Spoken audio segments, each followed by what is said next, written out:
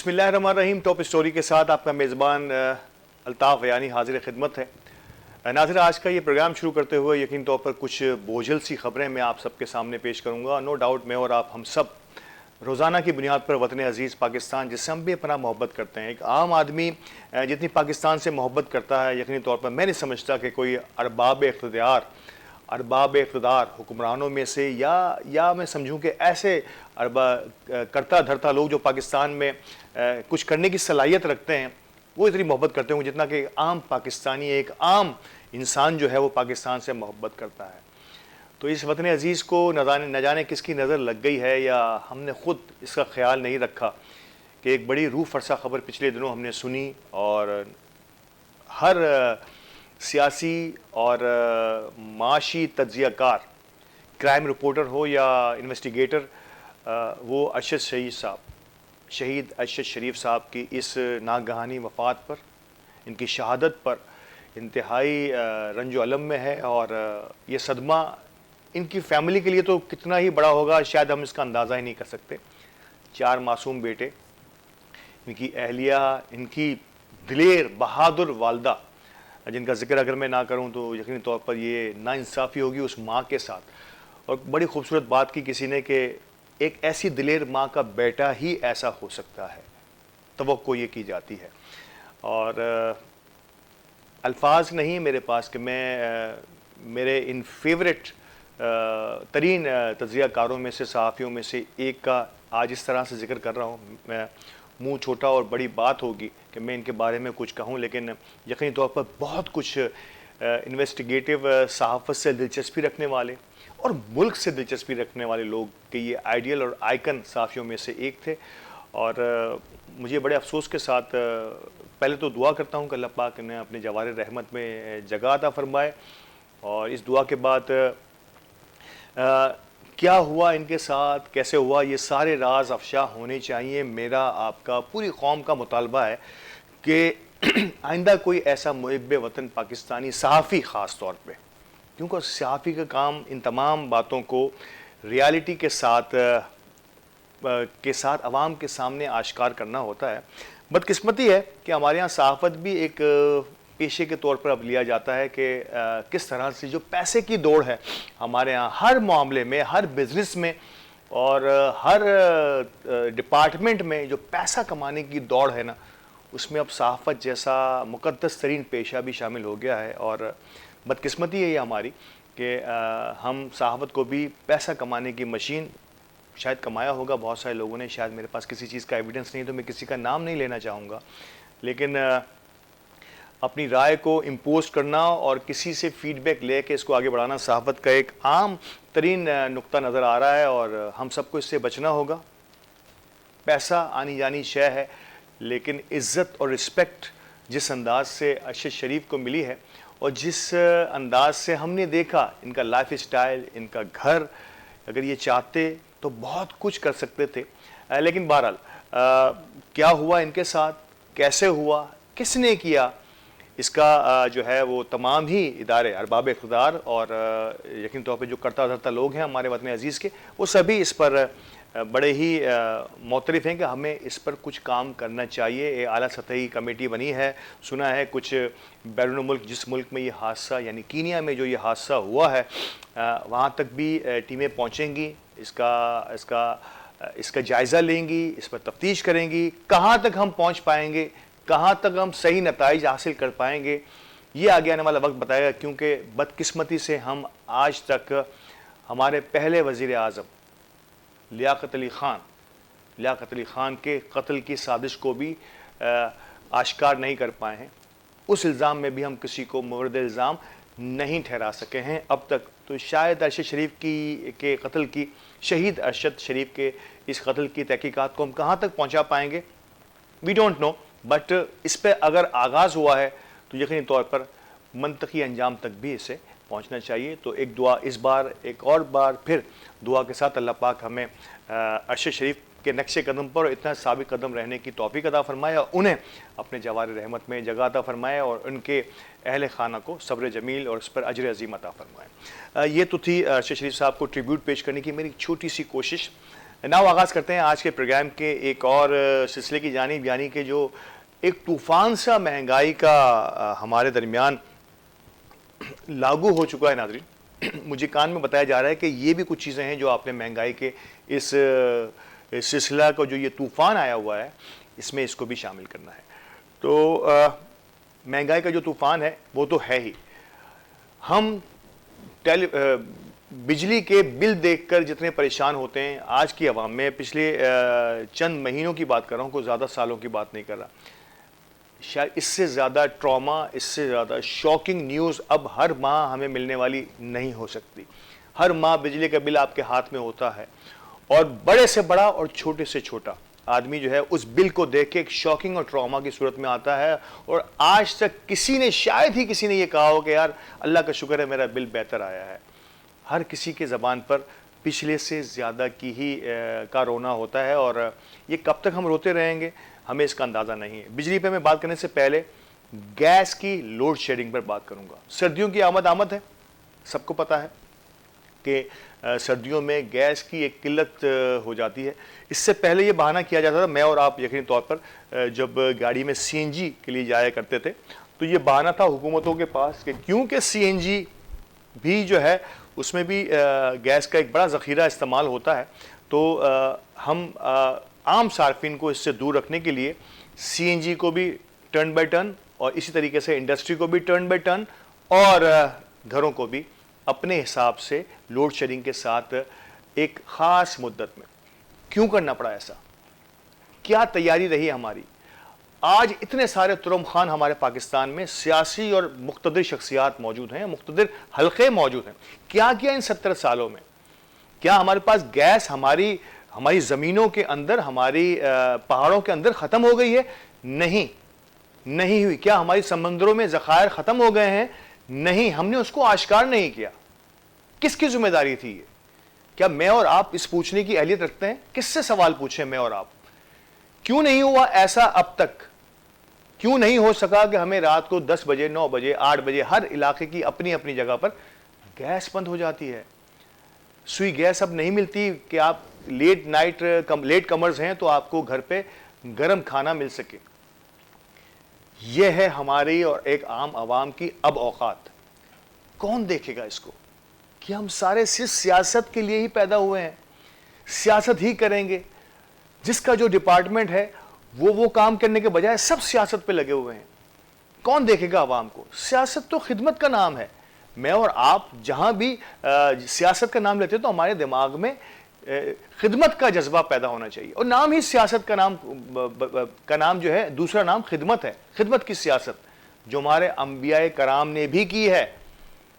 क्या वो जुल्म और जबर के खिलाफ नहीं लड़े? क्या उन्होंने निज़ाम के खिलाफ आवाज़ बुलंद नहीं की? ऐसे ही सारे दुनिया में इस्लाम का बोलबाला हो गया। ऐसे ही हज़रत मोहम्मद सल्लल्लाहु अलैहि वसल्लम हम सब के लिए सचमा है हिदायत। ऐसे ही दुनिया के बेहतरीन तरीन मैनेजर या हुक्मरान बन गए? नहीं, बड़ी तकोदो हुई होगी और हमें उनकी सुन्नत पर अमल करने के लिए यकीनी तौर पर पहले उन अवामिल का भी जायज़ा लेना होगा कि मैं और आप इनकी इस सुन्नत पर, खिदमत इंसानियत की सुन्नत की बात कर रहा हूँ, कितना अमल कर रहे हैं। यकीनी तौर पर उनकी एक एक सुन्नत बालों की तराश खराश से लेके निज़ाम ज़िंदगी तक हमारे लिए इंतहाई काबिल कदर और अहमियत के हामिल है। लेकिन इंसानियत की खिदमत ये वो सुन्नत थी, ये वो वेलफेयर स्टेट का कॉन्सेप्ट था जो मैं और आप समझते हैं। और शायद इतने लिमिटेड टाइम में, इतने कम अरसे में, जिस मदीना की रियासत का बार बार हम जिक्र सुनते हैं, इतने कम अरसे में ऐसी रियासत का क़याम कोई मामूली बात नहीं थी। कितनी तगोदो हुई होगी, कितने ही हमारे साहबा कराम को इसके लिए मेहनत करनी होगी, क्या रातें जागनी पड़ी होंगी उस सिस्टम को डेवलप करने के लिए, क्या सोचें इख्तियार की गई होंगी उस वक्त। अगर हम सोचें आज तो हम बहुत अच्छे माहौल में हैं। हमारी बातें एक मिनट में दुनिया के दूसरे कोने तक पहुंच जाती हैं। मैंने कि इतने सारे वसाइल हैं। उस वक्त तो कोई वसाइल नहीं थे, सिर्फ टेक्निक्स हुआ करती थी। तेज तरीन हवाई जहाज जो था उस वक्त वो ऊंट हुआ करता था। आप ये अंदाजा कीजिए कि उस दौर के अंदर दुनिया की एक बेहतरीन और आला तरीन नमूने के साथ वेलफेयर स्टेट का क़याम हुजूर अकरम सल्लल्लाहु अलैहि वसल्लम ने मुख्तसर तरीन हरसे में करके दिखा दिया जहां पर जहाज के तौर पर ऊंट को इस्तेमाल किया जाता था। तो आज हमारे पास तो रॉकेट्स हैं जी, लेकिन हम कर नहीं पा रहे। तो ये होती है लीडरशिप की कमी, ये है लीडरशिप का फुकदान, ये है मफाद परस्त लीडरों की वो चालें कि अवाम वही रहे। हाँ, हुआ यही है कि जिन्होंने तरक्की करनी थी वो बहुत तरक्की कर चुके हैं, मेरे और आपके बजाय उन्होंने बड़ी तरक्की की है, लेकिन अवाम नहीं कर पाई। जिन्होंने सीधा रास्ता इख्तियार किया, जिन्होंने सिरात मुस्तकीम पर कायम रहे, शायद वो हासिल नहीं कर पाए।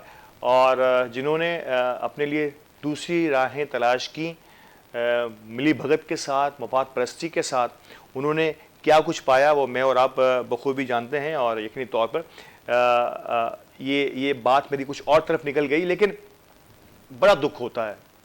और जब दुख होता है तो यही एक प्लेटफॉर्म है कि मीडिया के ज़रिए आप सबको और हम आप सबको आगाह किया जाए कि मैं और आप क्या सोचते हैं इन तमाम सिनेरियोज़ के अंदर। गैस हम पैदा नहीं कर पाए, ना हम आश्कार कर पाए, ना हम नए ज़ख़ीरे तलाश कर पाए। और तो और जिस बलूचिस्तान से ये गैस आती रही, हम वहीं पर गैस नहीं दे पाए।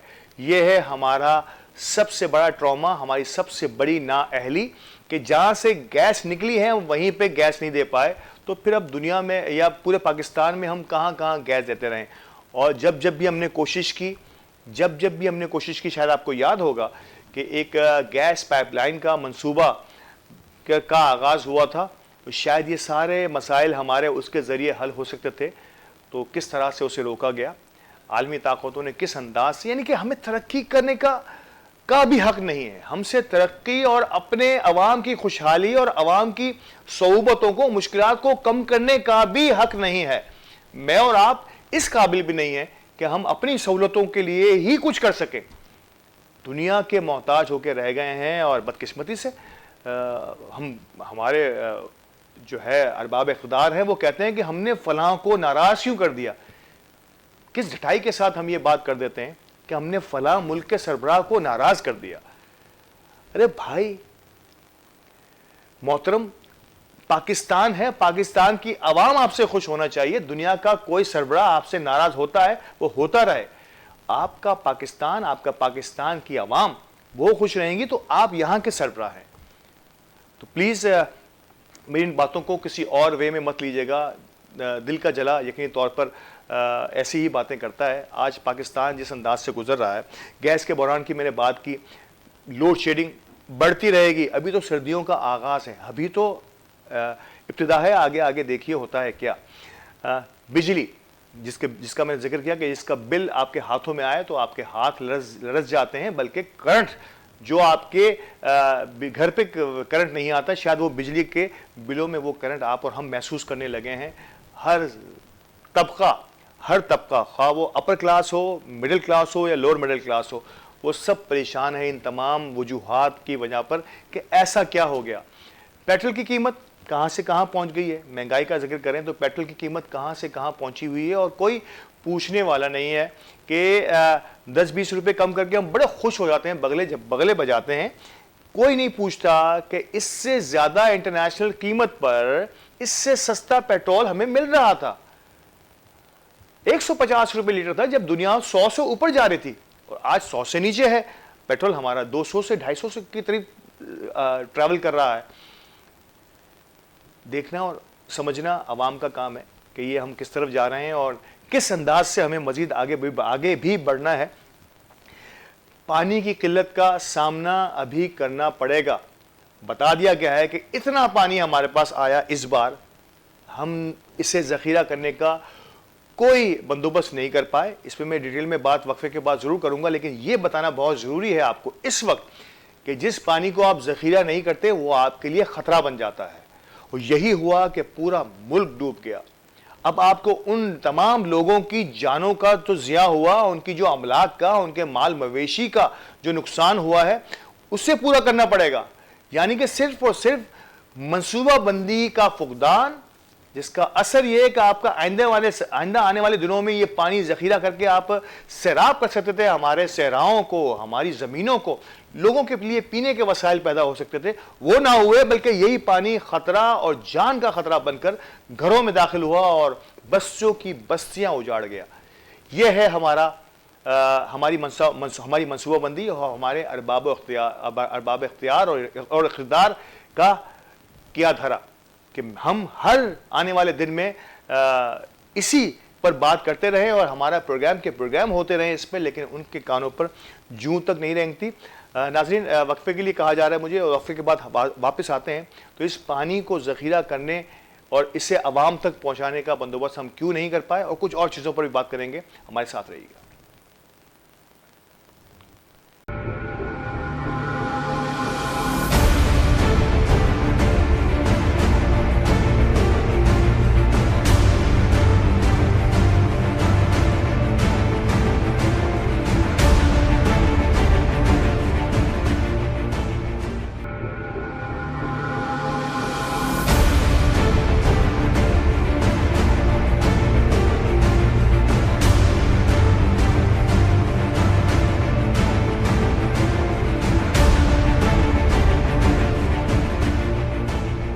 वेलकम बैक नाज़रीन, वक्फे के बाद हाजिर हूं और बात हो रही थी पानी को जखीरा ना करने की नाकिस मंसूबाबंदी।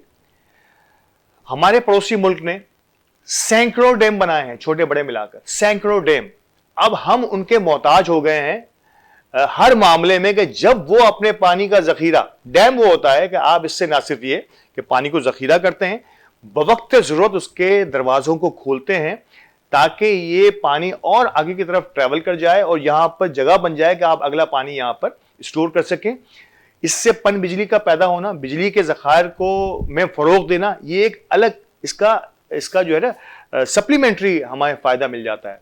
लेकिन मेन काम पानी, और पाकिस्तान में पानी की किल्लत का अंदाज़ा मैं और आप हमसे ज़्यादा कराची में रहने वालों से कौन ज़्यादा जानता है। शहर है, लाइनें बिछी हुई हैं यहाँ पर पानी में, लेकिन कतरा नहीं है यहाँ पर। लेकिन आप देखिएगा सड़कों पर तो टैंकर माफिया, सैकड़ों नहीं हजारों टैंकर हैं, सैकड़ों नहीं है हजारों टैंकर्स हैं जिनके जरिए पानी रोजाना की बुनियाद पर जहां आपको चाहिए वहां मिल जाता है, सिंगल टेलीफोन कॉल पर। तो ऐसा कैसा पानी है जो टैंकर में तो समा जाता है लेकिन हमारी लाइनों में नहीं आ पाता? ऐसी क्या जिद है इस पानी को कि वो लाइनों में नहीं आएगा, टैंकरों पे भरा जाएगा?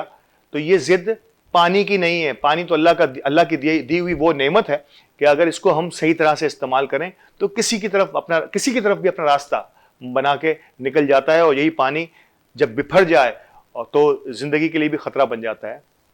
करने वाले इस काम को हमारे वो नाकिस मंसूबेबंद हैं और वो मफाद परस्त लोग हैं जो चाहते हैं कि यह पानी लाइनों के जरिए आप तक ना पहुंचे, पानी की वो लाइनें खुश्क ही रहें, आपके नलकों के जरिए आपके पानी आपके घरों में ना आए, बल्कि ये टैंकर्स के जरिए आता रहे। क्योंकि इसमें भी एक बहुत बड़ा सोशल मीडिया भरा पड़ा है। आप जरा देख लीजिए, आपको अंदाजा हो जाएगा कि कितनी बड़ी सनसनीखेज कहानियां इस पर लिखी जा चुकी हैं। कहां कहां क्या कुछ नहीं हो रहा, ये सब उस पर आया हुआ है, मुझे बताने की जरूरत नहीं है। और मैं अपने प्रोग्राम के वक्त को शायद इस पर बर्बाद नहीं करना चाहूंगा, क्योंकि शायद मैं और आप भी ये बातें सुन सुनकर कान पक चुके हैं हमारे। जिनको इस पर कुछ रिएक्ट करना है, जिनको इस पर कुछ मंसूबाबंदी करनी है, वो इस पर कुछ भी करने के लिए तैयार नहीं है। ये तो तय हो चुका है। डॉलर की बात करूं मैं आपसे, मुश्किल तरीन सवाल है। डॉलर बड़ा ही मुनफरद तरीन टॉपिक रहा है। पहले अवाम को डॉलर से कुछ लेना देना नहीं था, लेकिन आज एक सब्जी वाला भी, आज एक फ्रूट वाला भी जब भी कोई महंगाई की बात करें तो वो डॉलर की बात करता है कि डॉलर भी तो महंगा हो गया। बदकिस्मती है कि हमें ज़रूरी अजनास और सब्जियां भी अब दरामद करनी पड़ रही हैं। पाकिस्तान ज़रूरी मुल्क है, इंडस्ट्री तो हमने बेड़ा गर्क कर ही दिया, इस पे मैं आने वाला हूं, लेकिन पाकिस्तान एक ज़रूरी मुल्क है। ज़राअत हमारा मेन, एक बहुत बड़ा लैंडस्केप हमारा जो है वो ज़राअत पर मुश्तमिल है। एक बड़ी आबादी इस शोबे से मुंसलिक है। हमने उनका बिल्कुल ख्याल नहीं रखा, हमने कुछ नहीं किया उनके लिए। पिछले 70 सालों में हुआ ये कि अब वो इलाके जिन पर काश्त होनी चाहिए थी वो अब बंजर और बेयाबान में तब्दील होती चली जा रही है। और हमें खाने पीने की वो अजनास जो हम पैदा कर सकते थे वो नहीं कर पा रहे, और अब हम दुनिया से इंपोर्ट करते हैं। तो हमारा आम जो सब्जी वाला है, आम ठेले वाला है, आम फ्रूट वाला है, वो ये कह सकता है कि सारी चीज़ें बाहर से आती हैं। और डॉलर डॉलर की ये जो उड़ान है, जब मोहतरम वजीर ख़जाना डार साहब जो है वो वापस आए थे तो डॉलर अचानक ही ज़मीन बोस हुआ था। ज़मीन बोस तो नहीं हुआ था, आपको शायद याद होगा, 180 रुपये का डॉलर हुआ करता था आज से चंद माह कबल। इनकी हुकूमत, ये नई हुकूमत आने से पहले की मैं बात कर रहा हूँ, उन्होंने उस डॉलर को नीचे किया और आते ही इसका क्रेडिट भी लेने की कोशिश की कि जो है वो ये जैसे ही मैं आया हूँ 8, 10, 9 रुपए का डॉलर कम हो गया।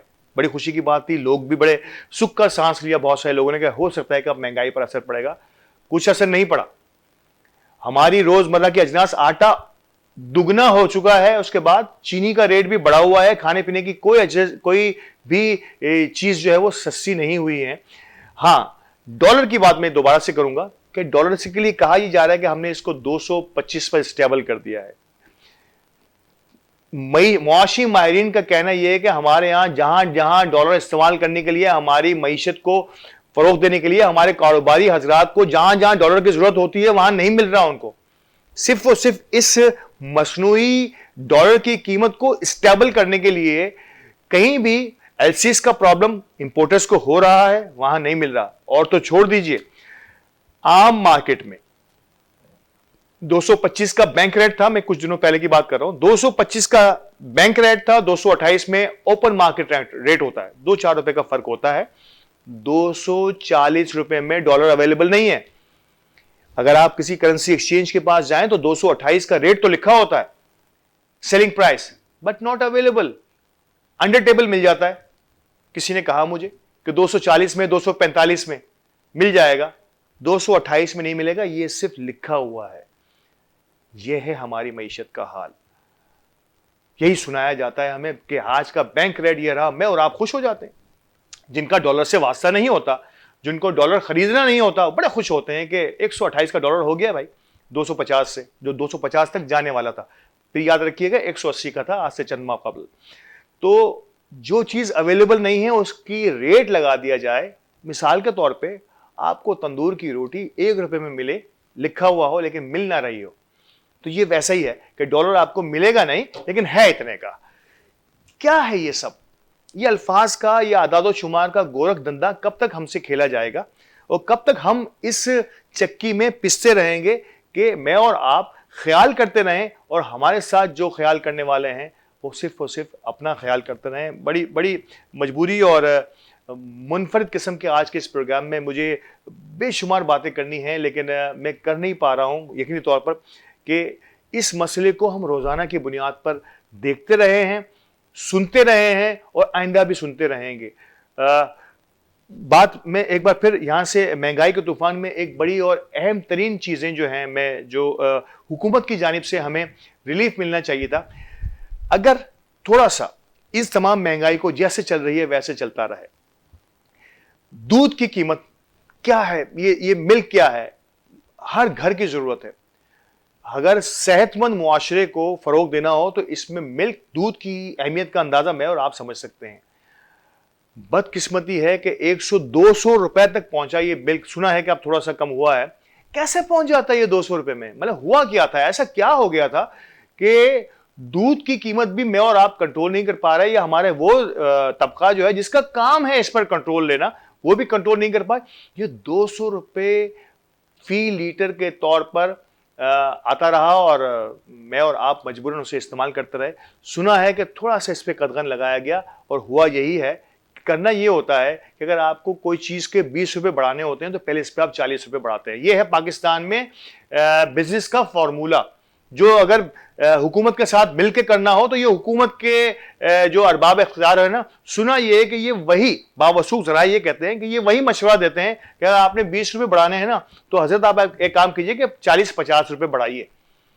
फिर हम इस पर एहतजाज करेंगे, अवाम एहतजाज करेगी, फिर हम इस पर थोड़ा सा रोला डालेंगे, फिर हम कुछ 2-4 छापे मारेंगे, फिर आप इसको 180 या 170 रुपए तक ले आइएगा तो आपके 20 रुपए बढ़ जाएंगे। ठीक है, और जो इस दरमियान में आपने कमाया है 100-200 रुपए पर लीटर में, उसमें थोड़ा सा हिस्सा मैं और आप भी थोड़ा सा हासिल कर लेंगे। तो ये है पाकिस्तान में बिजनेस, किसी भी चीज़ की प्राइस को बढ़ाने की एक ऐसी टेक्निक कि जिस पर अगर मैं और आप कारबंद रहे और हम इसी तरीके से झूलते रहे, कोई इस वक्त चीज़ ऐसी नहीं है मेरे और आपके दरमियान, कोई चीज़ ऐसी नहीं है।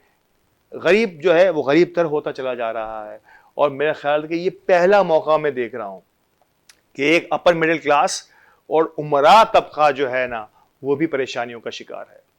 अपने एक्सपेंसेस को जिस अंदाज से कट ऑफ किया जा रहा है, ये एक अलग कहानी है। लेकिन एक बात मेरी अब तक समझ में नहीं आई, ये बड़ी अहम और इम्पोर्टेंट तरीन बात मैं करने जा रहा हूँ।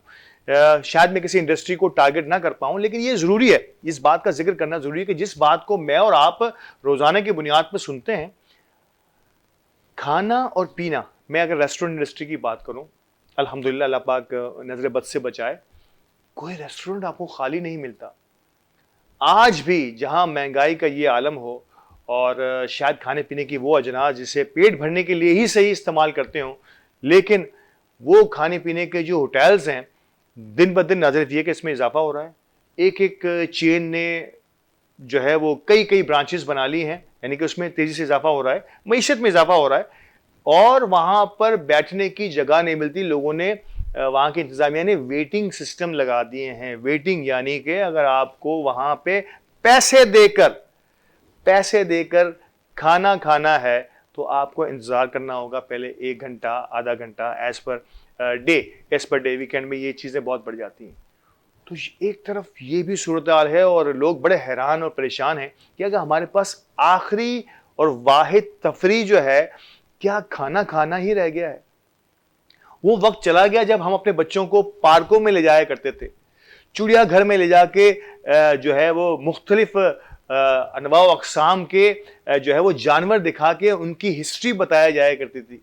बच्चों को धूप में खिलाया जाता था, उन्हें क्रिकेट के साथ, उन्हें छुट्टी वाले दिन सुबह ही सुबह अर्ली उठा के पार्कों में, ग्राउंड्स के अंदर उनको उनकी वर्जिश कराई जाती थी, उनके साथ खेला जाता था। कहाँ गए वो माँ बाप, कहाँ गए वो पेरेंट्स जो ये सारा काम करते थे, जबकि आज हम वो पेरेंट्स, मैं कहता हूँ सबसे बड़े जिम्मेदार हमारी नई नस्ल को खराब करने की, ख्वाह वो उनकी जिस्मानी सेहत हो या उनकी जहनी नशोनुमा हो, अगर उसमें सबसे बड़ा अगर किसी का दोष हुआ तो वो पेरेंट्स होंगे। आज का पेरेंट, मैं भी उसमें शामिल हूं, कि जिन्होंने बिल्कुल भी कोशिश नहीं की। अगर थोड़ी सी तफरी आपका बच्चा मांगता है तो आप उसे रेस्टोरेंट में ले जाके बिठा देते हैं, और वो रेस्टोरेंट आपकी वाहिद तफरी हुआ करता है। अगर थोड़ा सा उस रात के वक्त से निकल कर पहले शाम के वक्त में निकल लाया जाए, खाना पीना को बुरी बात नहीं है, खाना चाहिए, लेकिन सिर्फ खाने को ही अगर आपने तफरी समझ लिया तो ये याद रखिएगा, आप ना सिर्फ ये कि अपनी जेब पर वजन बढ़ाते हैं, आप अपने जिस्म का वजन भी बढ़ा रहे हैं।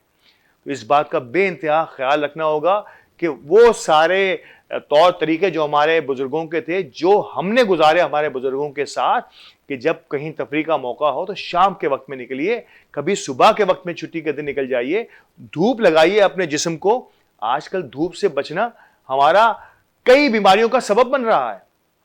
धूप जो है, कड़कती धूप जो है, वो कई बार आपको एक लिमिटेड जो है वो टाइम के लिए आपके जिस्म के अंदर एक हरारत पैदा करती है, कई बीमारियों से आपको बचाती है। लेकिन मैं और आप तो अब रात के राही हो गए हैं।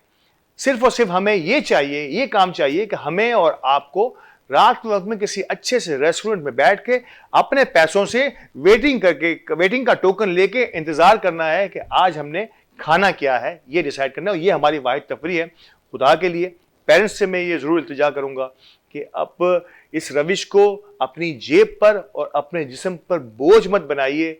पुरानी रिवायतों को जिससे मैं और आप अपने बुजुर्गों के साथ इंजॉय करते रहे हैं, खेलों के मैदानों को आबाद कीजिए जितने भी हैं। और आप नहीं करेंगे, जो बच गए हैं ना हमारे पास खेलों के मैदान में, फिर एक और नए नुक्ते की तरफ ले आऊँ आपको, जो बच गए हैं उनको आपने आबाद नहीं किया, उसके लिए कुछ एक्टिविटी शुरू नहीं की, तो वहां भी आगे आने वाले दिनों में आपको कोई ना कोई ऐसी इमारत नजर आ जाएगी कि इसके बाद फिर गिला मत कीजिएगा, क्योंकि जिन चीज़ों को आप वीरान छोड़ेंगे, जहां आप जगह छोड़ेंगे, वहां कोई ना कोई अपने कदम जरूर जमाएगा। और यही हमारे साथ हुआ कि जहां जहां हमने जगह छोड़ी, वहां पे या तो किसी ने बिल्डिंग बना ली, किसी ने कोई इमारत बना ली, किसी ने कोई सोशल एनजीओ बना ली। आप देखें बहुत सारी सोशल एनजीओ जो हैं वो ऐसे ही मकामात पर कायम हैं जो कि ग्राउंड होना चाहिए था। बदकिस्मती से कुछ हमारी मजहबी इबादत गाहें भी जो हैं वो भी ऐसी ही कुछ जगहों पर कायम हैं जहाँ पर शायद हो सकता था कि कोई सोशल एक्टिविटी भी हो जाया करती। लेकिन फुकदान अपनी जगह है, लेकिन इसके जिम्मेदार कई जगहों पर आज हम पर जो उफ्ताद आई हुई है उस पर कई जगहों पर हमारा जो सबसे बड़ा जिम्मेदार तबका है वो अवाम खुद है। जिस कौम ने अपनी हालत बदलने का फैसला ना किया हो या वो अपनी इस हालत पर कनात करके बैठ गई हो कि शायद हमारी किस्मत में यही लिखा है, तो कहते हैं ना कि खुदा भी हमारी किस्मत नहीं बदलता। हमें इसके लिए तगदो करनी पड़ी। खुदा ने आज तक उस कौम की हालत को नहीं बदला। ना हो ख्याल जिसे आप अपनी हालत के बदलने का। मैं और आप रोज़ाना की बुनियाद पर ये मक़ूला और ये शेर सुनते हैं एक कान से दूसरे कान से बाहर, और इसके बाद हम वही करने की कोशिश करते हैं। तो अपने लिए नहीं, अपने आने वाली नस्लों के लिए थोड़ा सा अपने लाइफ स्टाइल को चेंज कीजिए। देखिए दुनिया में क्या होने जा रहा है, कौन आपके लिए कुछ करना चाह रहा है, उसका दामन थाम लीजिए। कौन आपको, आपकी इस तरक्की को, आपके बच्चों के मुस्तकबिल को अंधेरों में धकेलने की कोशिश कर रहा है, उसके लिए अपनी आवाज़ बुलंद कीजिए। और ये हमें करना पड़ेगा। अगर आज भी हमने इस पर काम नहीं किया तो शायद आने वाला वक्त हमें माफ़ नहीं करेगा। वक्फे लिए कहा जा रहा है, वक्फे के बाद हाजिर होते हैं और एक बहुत इंतहाई और सनसनीखेज टॉपिक की तरफ आपको लेकर चलते हैं। हमारे साथ रहिएगा।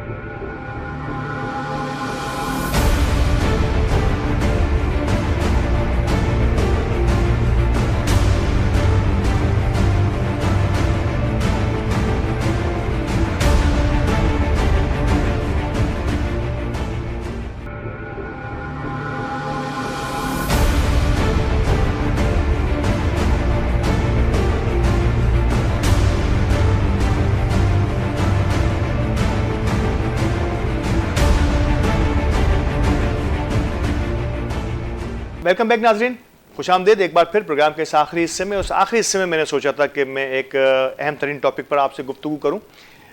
दुनिया भर की निगाहें, दुनिया भर का मीडिया इस अहम तरीन मौजू पर अपने अपने कैमरे फिक्स किए हुए है। दिखा कौन रहा है इसका शायद हो सकता है कि मैं आपसे इजहार ना कर पाऊँ, लेकिन रिकॉर्ड और देख सब रहे हैं। दिखाना और देखना ये दो अलग अलग चीज़ें हैं पाकिस्तान में। तो देख सब रहे हैं, दिखा कौन रहा है, ये एक अलग सब्जेक्ट होगा, ये अलग सवाल है।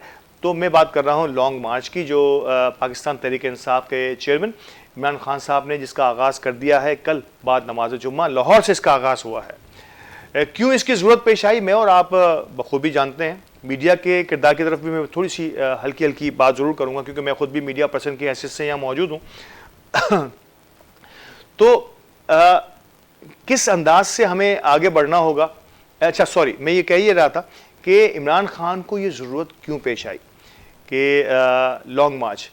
हम इस लॉन्ग मार्च का सिलसिले का आगाज़ जब से कोई 40-50 जलसों से ये सुनते चले आ रहे थे कि खान साहब और कप्तान जो है वो ये मुसलसल अपने हर जलसे में आवाम की तैयारी के लिए आवाम को तैयार रहने का कहा करते थे। और कहना उनका ये था कि बहुत जल्द जो है ये मैं ऐलान करने वाला हूँ और इसका आगाज़ हो जाएगा।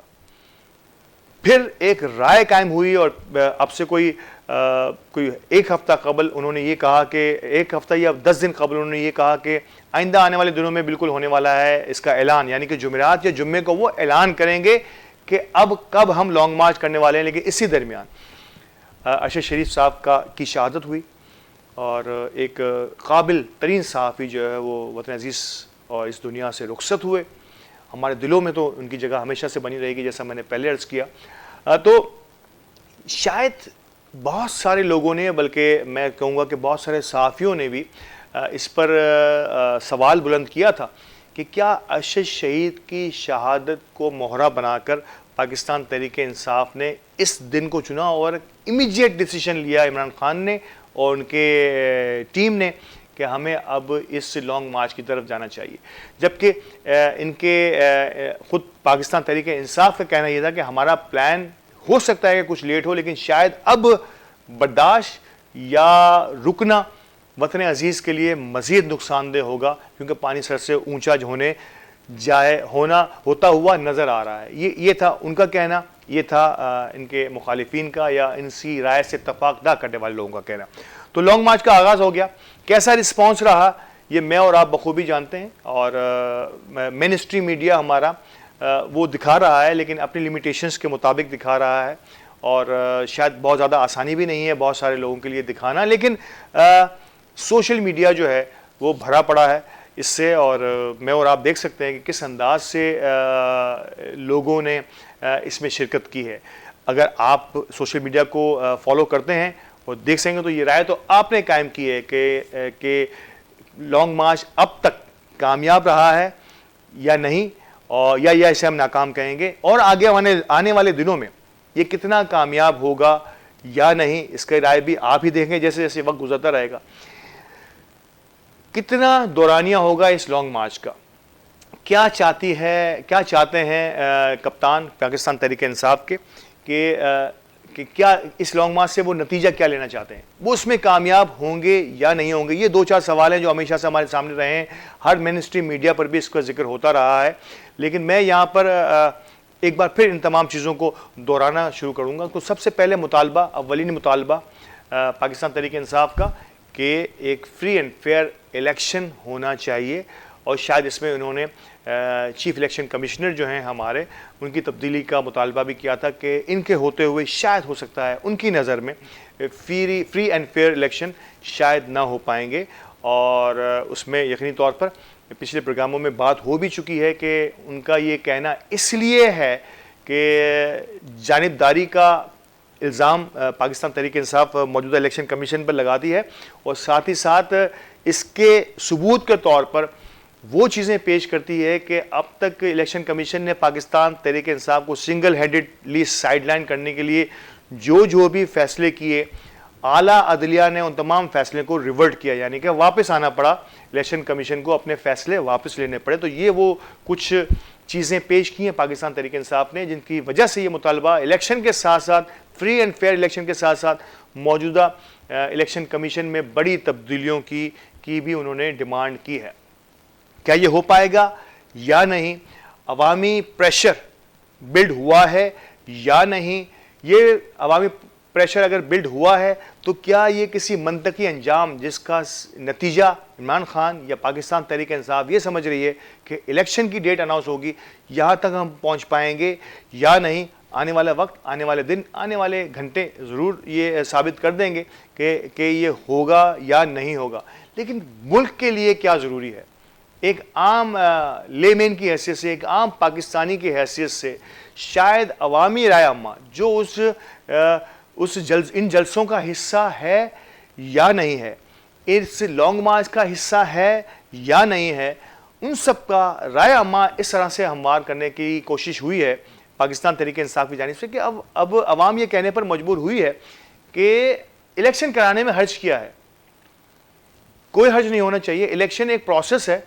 वक्त से पहले की डिमांड, और आपसे चंद माह पहले तो जितनी भी सियासी जमातें थी मां सिवाय पाकिस्तान तहरीक इंसाफ के जितनी सियासी जमातें आज हुकूमत का हिस्सा हैं, वो तमाम ही इलेक्शन डिमांड कर रही थी, और अब उलट हो गया कि अब पाकिस्तान तहरीक इंसाफ जब हुकूमत से बाहर हुई है तो यानी अब पाकिस्तान में सिलसिला इलेक्शन का यूं चलेगा कि जो भी हुकूमत से बाहर होगा वो इलेक्शन की डिमांड करेगा, और जो बरसर इख्तिदार होगा वो कहेगा नहीं, इलेक्शन नहीं हो सकता। लेकिन आज अवामी राय अम्मा, अवाम की राय का अगर एहतराम किया जाए तो मेरा ख्याल है कि अगर उस वक्त वो तमाम जमातें जो इलेक्शन डिमांड कर रही थी, अगर वो अवाम की तरफ जाती और साबित करती कि अवाम उनके इस फैसले के साथ खड़ी है कि इलेक्शन होना चाहिए, तो मेरा ख्याल है कि ये ज़्यादा फ्रूटफुल हो सकता था। लेकिन शायद उस वक्त वो वहाँ पे कामयाब नहीं हुए। रैलियाँ ज़रूर निकली, शहबाज शरीफ साहब और हमज़ा शहबाज और मरियम नवाज़ ने भी रैली निकाली, बिलावल भुट्टो साहब ने भी एक पूरा कॉन्वॉय चलाया महंगाई के ख़िलाफ़, लेकिन शायद वो खातिर ख्वाह वो इम्पैक्ट नहीं दे पाए जो इमरान खान ने हुकूमत से निकलते ही अवाम के एक समंदर को अपने साथ लिया। ये एक बहुत बड़ा फ़र्क साबित हुआ कि अवाम, लगता ये है कि अवाम उस वक्त शायद इलेक्शन के लिए इस हद तक तैयार नहीं थी जितना कि आज अवाम ने इलेक्शन की डिमांड को अपने सर फहरिस्त डिमांड में से एक रखा हुआ है। तो नाज़रीन, इलेक्शन हर जमहूरी मुल्क के लिए एक प्रोसेस है, इस प्रोसेस को आगे बढ़ने दें।